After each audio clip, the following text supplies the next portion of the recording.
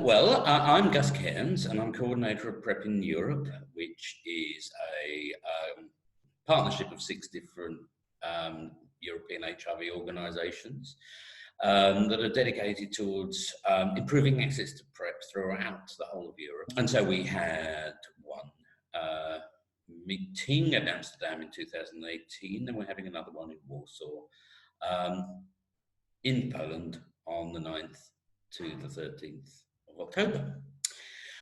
Hornet have been very much behind us all the way, and we're going to live stream our conference on our Facebook page, which is simply called PrEP in Europe, and Hornet are going to provide a link to that, which is brilliant.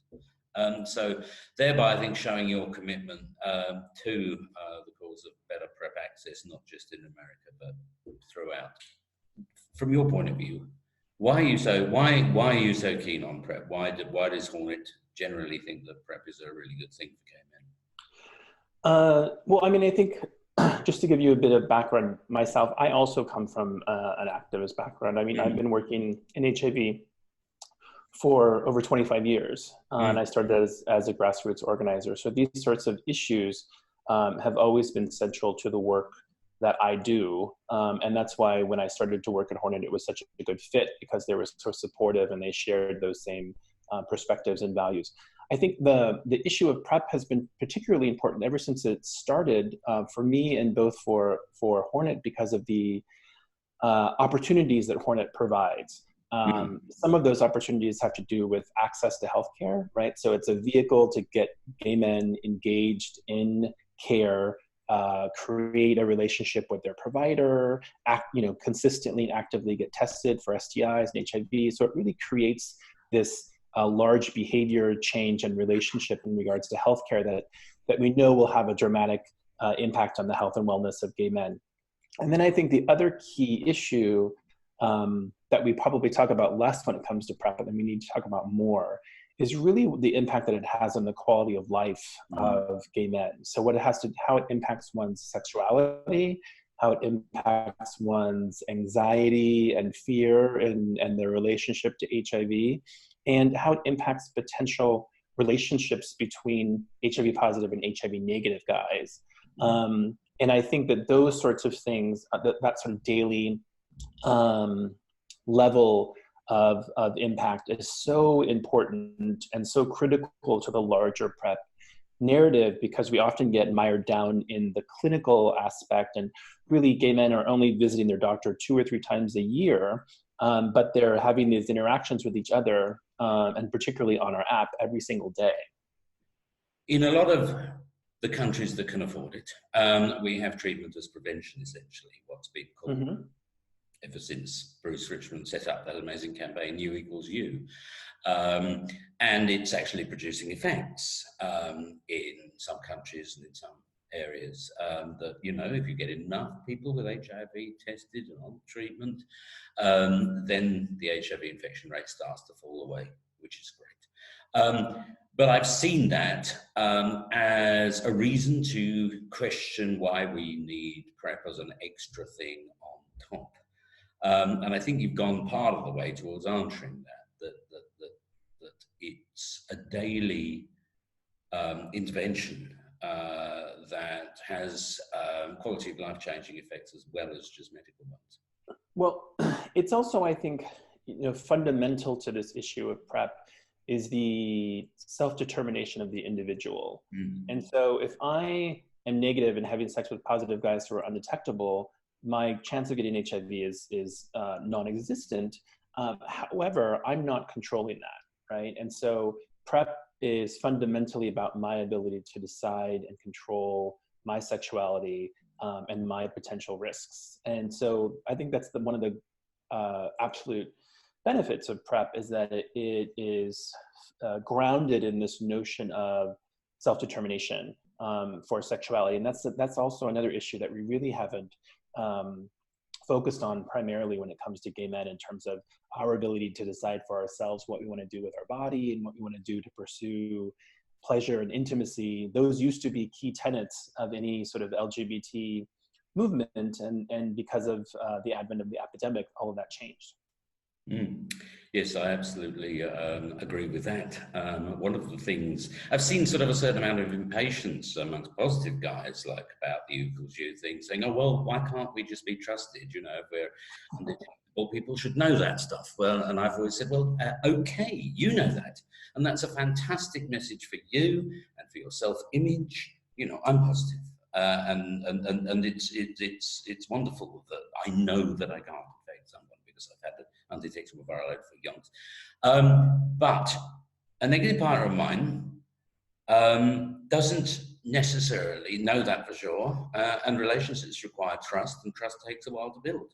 And so I think I agree with you. PrEP is something that negative people can literally have in their hand, almost like they used to have a condom in their hand. Well, it's, you know, it has that sort of connotation of agency and of being in charge of. Well, I think the other key part is that it removes it from the bedroom, right? You're taking PrEP in the morning or you're taking PrEP in the evening. You're not having to stop the conversation you're having with someone you're about to have sex with and say, "Oh, wait, let me take my pill." That's already been established before you enter into a sexual interaction with someone. And so it's very liberating in that sense that it allows you just to do it on your own and enter into a situation and feel confident that you're protected.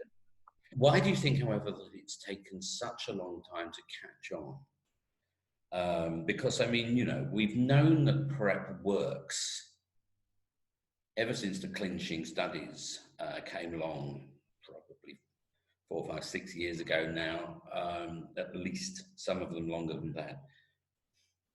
Well, I mean, I think if you look at something like Hep A and B vaccinations, and the astonishing number of gay men who don't have Hep A and B vaccinations, and those have been around for a very long time. And I think, how could people have not known about this? How could they have not, you know, so I think it's very similar when we talk about PrEP.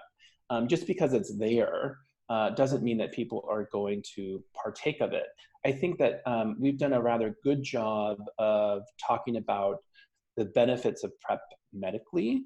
I think we've done a rather bad job as providers or as community members, really articulating the benefits of PrEP on your person and daily life. You know, I think we've often been caught up in some of the politics of PrEP and worried about STIs and worried about admitting that men are going to go out and have sex without condoms, and worried about talking about pleasure and intimacy. And those for gay men in particular sort of are at the root of our relationship to HIV. And so for us to sort of gloss over those issues in the conversation about PrEP, I think does a detriment to the gay men who could really benefit from it. I think in the US, we've seen it expand. I think that a lot of it has to do with sort of our medical system. A lot of it has to do with money and pharma and all of those sorts of investments that have been made in the US in the past 6 or 7 years. But then we also see that there are communities like Black and brown gay men in the US who are not benefiting from it. And so I think PrEP doesn't solve the structural issues that have existed in regards to access to healthcare or homophobia or racism. Oftentimes it only reveals it or highlights it. And so we have to be able to create a strategy that's not just about getting people this pill, but it's about addressing the structural issues that prevent them from getting quality and culturally competent healthcare. Yeah, I always think it's interesting that sort of gay men get stigmatized for taking PrEP, still do the whole Truvada whore thing, but they don't get stigmatized for carrying condoms, where the intention is exactly the same. Interestingly, women do get stigmatized for carrying condoms. Well, I would just add to that. I think that's another sort of conversation that our community has to confront, because we've spent the past 30 some, almost 40 years creating this structure of stigma where if you participate in sex without condoms, you're a bad person or you're stupid or you're irresponsible. But if you're using condoms, then you're the good gay boy, right? And so we haven't really confronted that as a community. So it comes up again and again in this conversation about PrEP. And if men just want to be whores, they should be allowed to do that. We should affirm and celebrate that. But unfortunately, we're still stuck in that sort of 80s mentality around gay sex. Yeah, without having this sort of punishment waiting for them in the wings for being bad. Yes, I think, I mean, from my own perspective in Europe, I think there's been two factors really. One is that, you know, there are still monstrous levels of stigma and indeed criminalisation and violence against gay men in parts of Europe, specifically towards the east, as we know. And that's often, and that's, you know, it's difficult enough to approach an HIV clinic and say, I've been having sex with men, let alone I want PrEP. In Western Europe, I think that it's been much more to do with money. We have centralised health systems. The government would have to pay for PrEP. And there, you know, there is a, we're increasingly run by right-wing populists as well as the US. We have our own Donald Trump equivalent. So the healthcare professionals and the politicians have been very wary about taking this measure for fear of what the popular press are going to say, and also because of money, because they'd have to pay for it. You know, the insurance companies wouldn't, the government would. So I think there's been additional complications there. Having said that, you know, I don't know a single health professional in Western Europe who is now not thoroughly behind PrEP and wants it to happen. Well, I mean, I think that this is the issue that we as community and advocates and HIV advocates have to confront, is that there is a benefit that is medically available to us, and science is not holding it up, economics is. And why it's so important now is because we know that this same thing that's happening with PrEP will happen with a cure or a vaccine. So we have to prepare for that now, because we know when that happens, those other advancements happen, only a small percentage of our population is going to benefit from it, and we want to prevent that from happening. Yes, and we know from other, as you just said, we know from other vaccines that you can't automatically assume people will say, oh, this is wonderful, I'll go and get vaccinated. Okay. Or that it'll be free. Sorry? Or that it'll be free. Yeah, or that it'll be free, exactly. Okay. All right, well, we're sorry you can't join us in Warsaw this time round, but we hope you'll be watching it online. And of course, as well as having a live stream, everything apart from the breakout sessions will be recorded. And so people will be free to, it'll be up there on it later on. We'll have a YouTube channel for it, etc., etc. One of our commitments, one of our founding principles we had in PrEP in Europe was that we weren't going to operate a typical conference. We were going to throw it open and make it an event, as it were, for anyone who wants to watch it. What would you like to? Yeah, go on. You're about to say something. I was just going to say that I think one of the exciting things about PrEP, particularly when we think about the diversity of Europe, is all of the stories that people who are PrEP users have to tell. And by and large, a lot of the PrEP stories in many places have largely been sort of white, cisgender gay men. Yep. And we're lacking, particularly when it comes to young gay men, trans women, and gay men of color, to really be able to have expansive narratives around those communities and PrEP. So I think that a conference like this is a great way to sort of have diversity and sort of grow and expand from that. And then I think our participation in terms of our support for PrEP and the larger community is that it allows us to amplify the stories of PrEP users. And so we're really excited to be able to do that. Yeah, and that was very much part of our commitment in PrEP in Europe.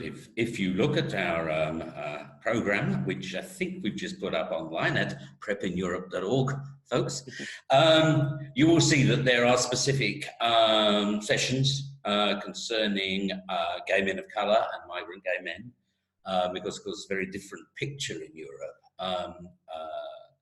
and also trans women and men. And we have a huge commitment to getting delegates in from the further flung reaches of Eastern Europe. I mean, that's a lot of my work in this. One of my logistical work in this conference has been sort of getting visas for people from places like Uzbekistan and Tajikistan, and where there are active gay communities who want to know about this stuff, and active communities amongst women who want to know about this stuff. What would you like to see us, if you were running PrEP in Europe. Not me. What would you like to see the conference coming out with? What would you like an occasion like this produce? What kind of changes would you like to see us helping achieve? Well, I mean, I think a lot of this goes back to sort of the early part of our conversation in terms of how we're focusing our narrative around PrEP in terms of its benefit for the community, expanding it beyond the clinical, but I think also mobilizing and strength building for the community to be able to effectively respond to the fact that a government is not going to pay for PrEP, for example, or that a government is not going to support it. Because even in the UK, there was great mobilization, but it didn't necessarily translate into a government being super supportive, but there were strides nonetheless that were made. And I think that there are important lessons to be learned from the UK and other regions where they've done some great mobilization around PrEP. And so if individuals can leave any sort of gathering with improved skills to mobilize and agitate and persuade their government to take action on this issue, then that could have a great impact on PrEP in Europe. Yeah, exactly. I think one of the reasons we're excited about having it in Poland is that this is not a country whose government is going to buy PrEP, certainly not for some years to come, or if at all. They're both right-wing and Catholic, and also not by Western European standards, rich. But there is an extraordinarily supportive organisation of what I call friendly doctors, who have been very supportive of publicising PrEP and in supporting people who are buying it online. And we're seeing that as a model, like what I call the checkpoint model, spreading through Europe into countries where National Health Service provision of PrEP may never or be the case, or is likely to take some time. So that's really exciting. I think the other sort of key component is coalition building. So there's such an overlap or intersections around the fight for women's reproductive health and those sorts of rights, to be able to bring sort of the fight for PrEP and those reproductive rights organizers and activists together, because it fundamentally becomes the same issue. And then of course you have people living with HIV community. It's all this sort of shared issue in terms of autonomy and access to healthcare and costs and all of those sorts of things. So I think that to be able to seize the opportunity to build those coalitions can be incredibly helpful as well. Okay, great. All right, well, that's fantastic. I'm going to conclude the interview now because we'll be testing the patience of Hornet subscribers. But guys, we're there. We're online from Thursday the 10th of October to Saturday the 12th is when the actual live conference happens, from 4 p.m. Thursday to 5:30 on the Saturday. Obviously not in the middle of the night, but and we really sort of welcome you to come along and see what we're doing. Okay.